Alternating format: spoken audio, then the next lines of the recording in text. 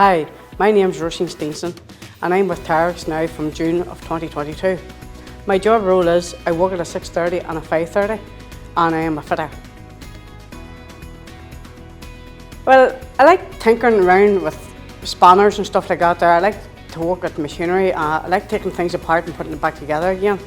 And I also like the atmosphere of, working in an environment with men and that there, because I've worked in men's environment all my life and it's really no problem like. I like the fact that it's a 40-hour week and you get a half day on a Friday. Any hours you do is overtime, which is a bonus sort of thing. It's handy to get to, and it's clean. It's a clean environment, and they supply you with whatever you need. And if you have a problem, they don't be long in ironing it out for you. Well, I honestly can hold my hand on my heart and say I'm working with the greatest bunch of men.